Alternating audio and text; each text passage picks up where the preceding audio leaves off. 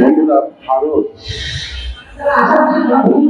রাষ্ট্র হিসাবে আমরা বলেছি, ভারত স্বাধীনতা যুদ্ধের সময় আমাকে সাহায্য করেছে। আজকে 50 থেকে 54 বছর হল ভারতের কাছ থেকে আমরা যে বন্ধুত্ব দেখেছি সেগুলো বড়ই বড়।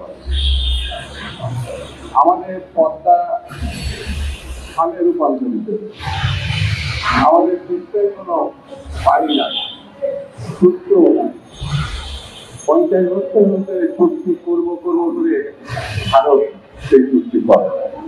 ইদারে সরকারের পতনের পর, হাসিনা সরকারের পতনের পর, স্বৈরাচারী সরকারের পতনের পর যে পরিস্থিতি এখন বান্ডেল থাকলে প্রতি সেনমানিতে টাকা বাঁচবে।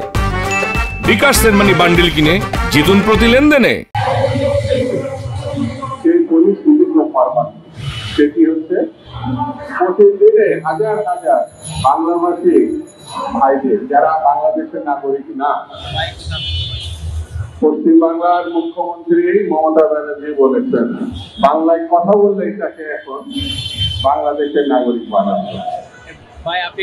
বাইরে ভারতকে একটা অনুরোধ করি, এই দুটির না করে যারা কোটি কোটি টাকা, হাজার হাজার টাকা আমাদের দেশ থেকে ব্যাংক থেকে লুটপাট করে আপনাদের দেশে আশ্রয় নিয়েছেন, যারা বাংলাদেশের সত্যিকারের নাগরিক, সেই চোরগুলোকে আপনারা বাংলাদেশে তো পুশ করতে পারেন।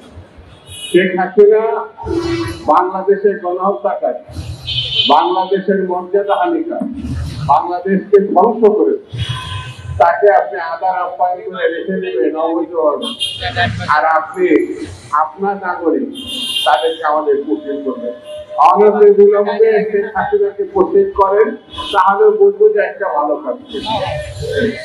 কারণ তার বিচার হওয়া দরকার, শেখ হাসিনার বিচার হওয়া দরকার, না হলে বাংলাদেশে গণতন্ত্র প্রতিষ্ঠার পথ সুগম হবে না। এই কারণে সব থেকে বড় হত্যাকারী হচ্ছে শেখ হাসিনা, স্বৈরতন্ত্রের পূজারী।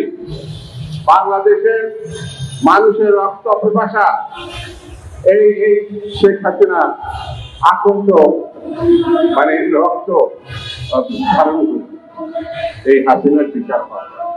তাকে আপনি কোলে করে বসে থাকবেন আর আপনার বাংলাদেশের নাগরিক বলে বাংলাভাষীদেরকে আমাদের দেশে পুঁজি করবেন, এটা মেনে নেওয়া যায়।